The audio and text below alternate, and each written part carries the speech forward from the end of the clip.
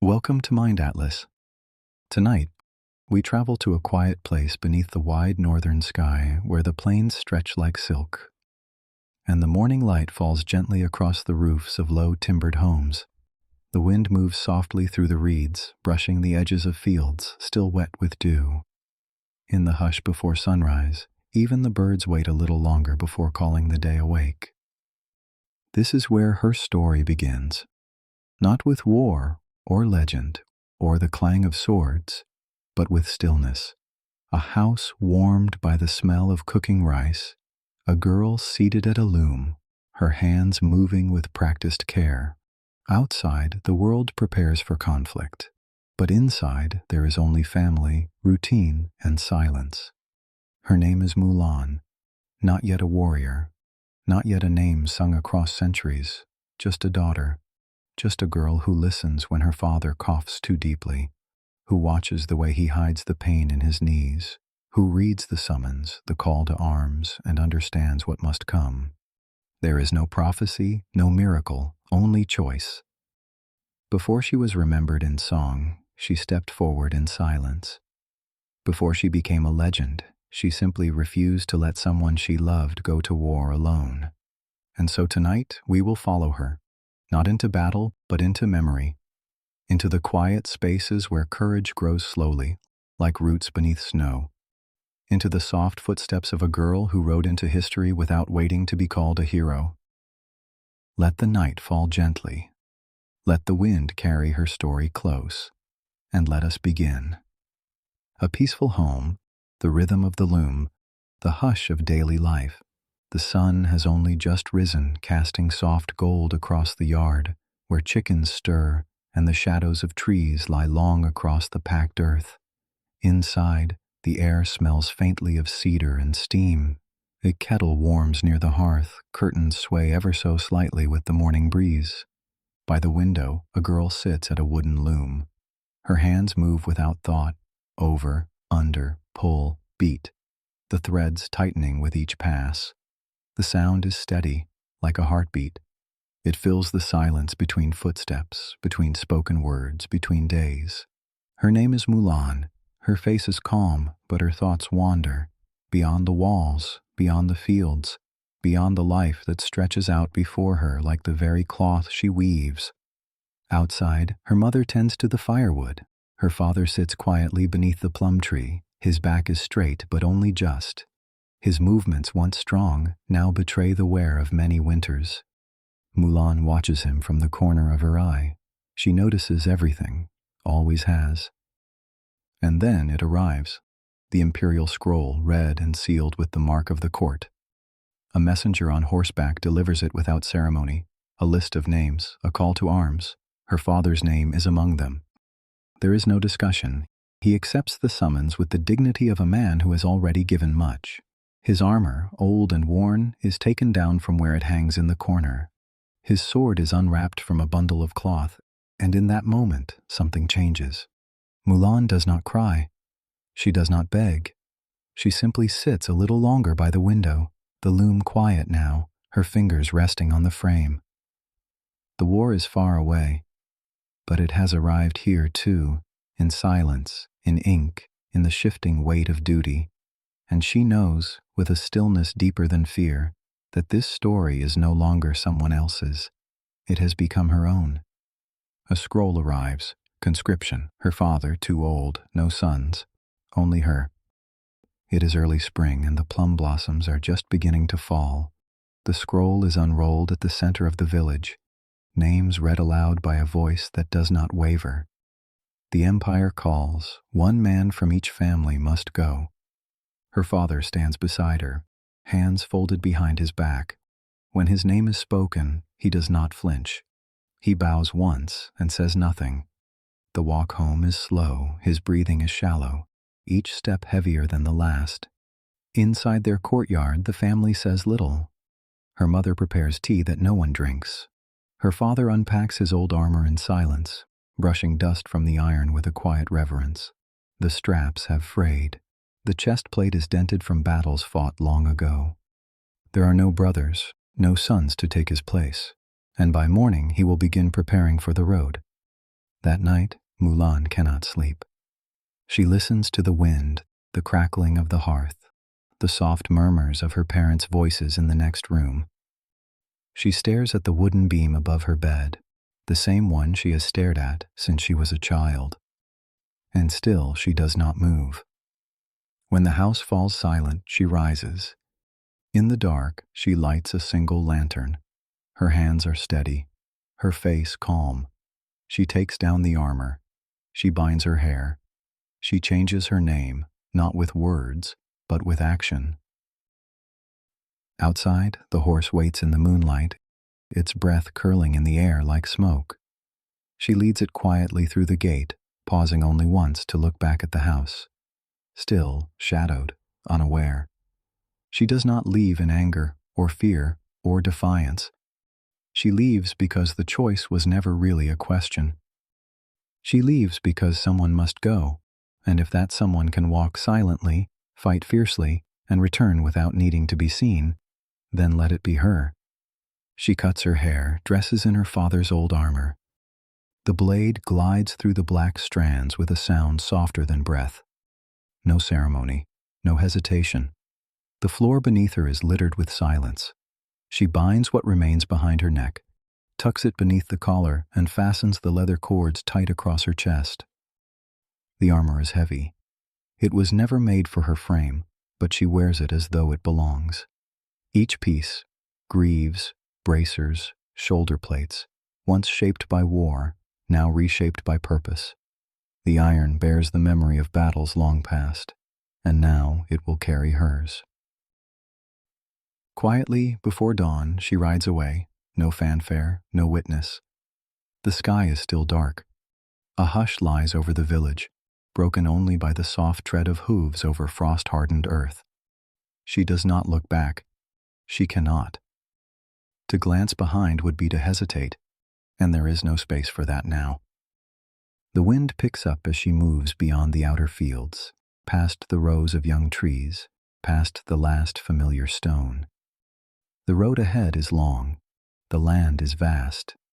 Open plains give way to hills, to river crossings, to forests where light trickles through the leaves in narrow beams. Each mile puts distance between who she was and who she must become. She rides as a son, as a soldier, as a name not her own. The sound of her horse's breath is steady. Her eyes are fixed forward. The sun has not yet risen, but already the day has begun. Her resolve does not waver. She does not speak, but the silence around her feels full, not empty but certain. She is not chasing glory. She is not running from fear. She is moving towards something, and that is enough. Life in the army, bitter winters, slow marches, hard camaraderie. The days begin before the sun and end long after its light has faded. The ground is cold. The food is sparse. Training is relentless. But Mulan endures. Not because she is stronger than the others, but because she refuses to fall behind. She speaks little, listens always. Her hands blister from sword drills. Her shoulders ache from carrying supplies, but she never complains. To the men beside her, she is just another soldier, quiet, capable, and steady. She fights well, learns fast, keeps her secret hidden.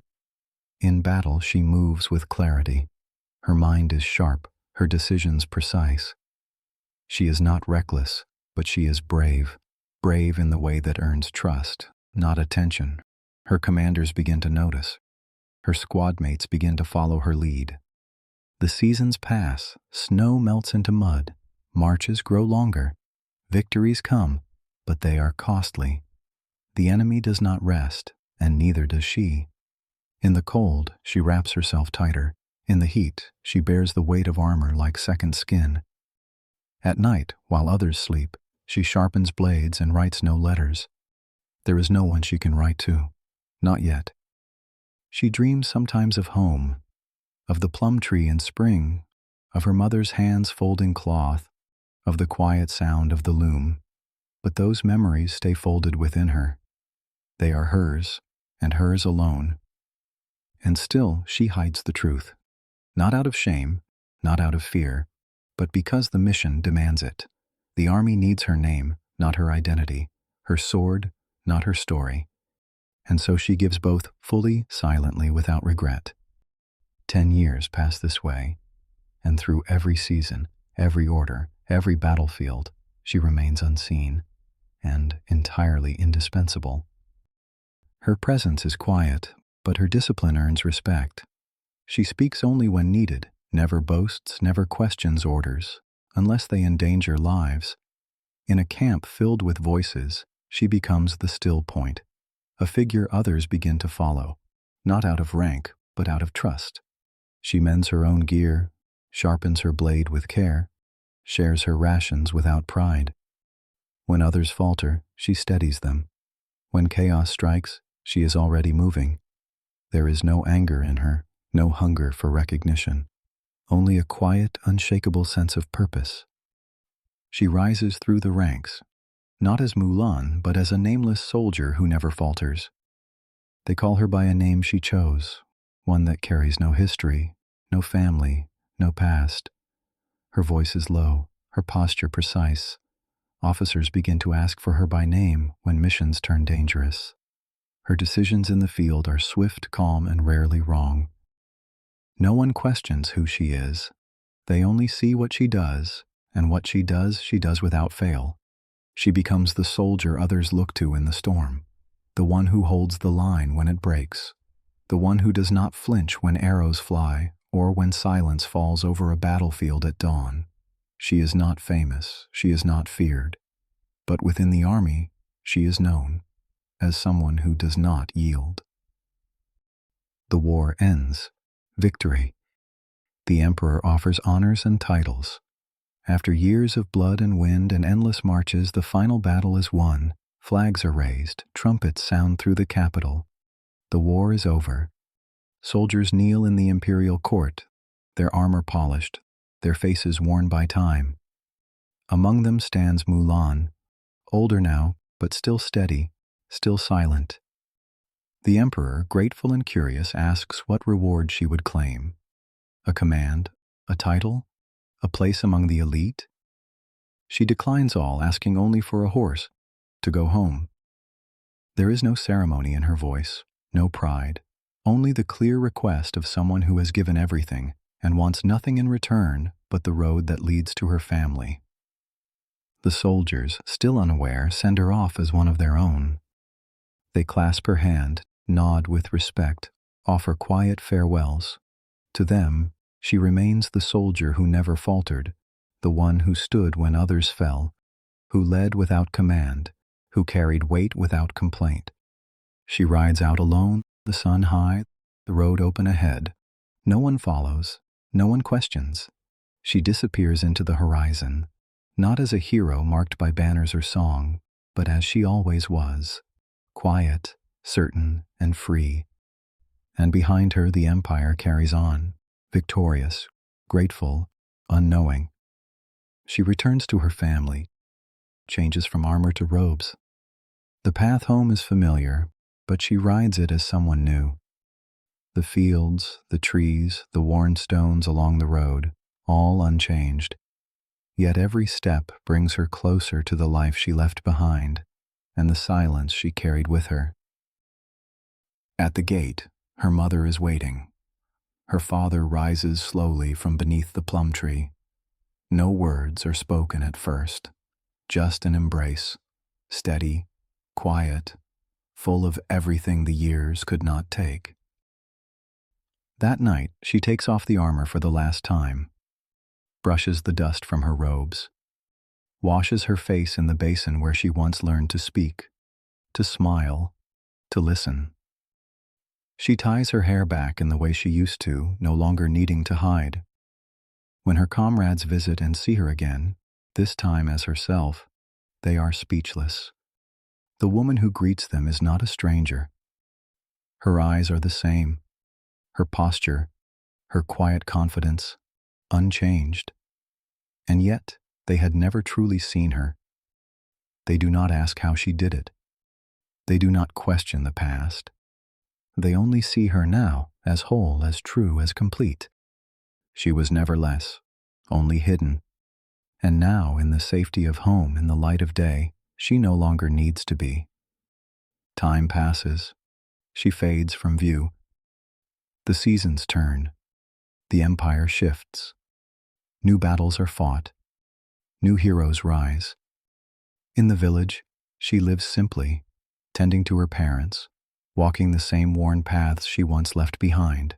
No titles follow her. No monuments are built. She does not seek them. But her story lingers, in verse, in song, in memory.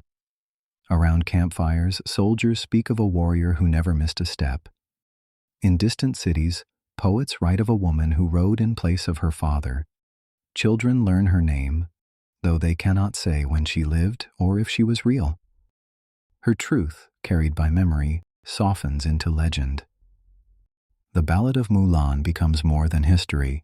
It becomes a part of the land, whispered across plains, painted on scrolls, sung in quiet rooms where mothers tell daughters of strength that does not shout, but at its heart remains a daughter's quiet choice, not to become someone greater, only to protect someone she loved. And from that silence a legend grew. Reflect not on the battles, but on the moments between them. The stillness before the first march, the quiet act of tying a boot, mending a sleeve, watching frost lift from a field at dawn.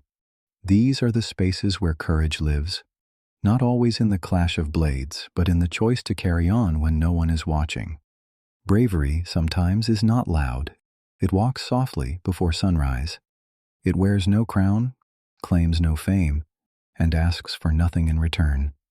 It is the decision made in silence, the step taken alone, the burden carried without need for recognition.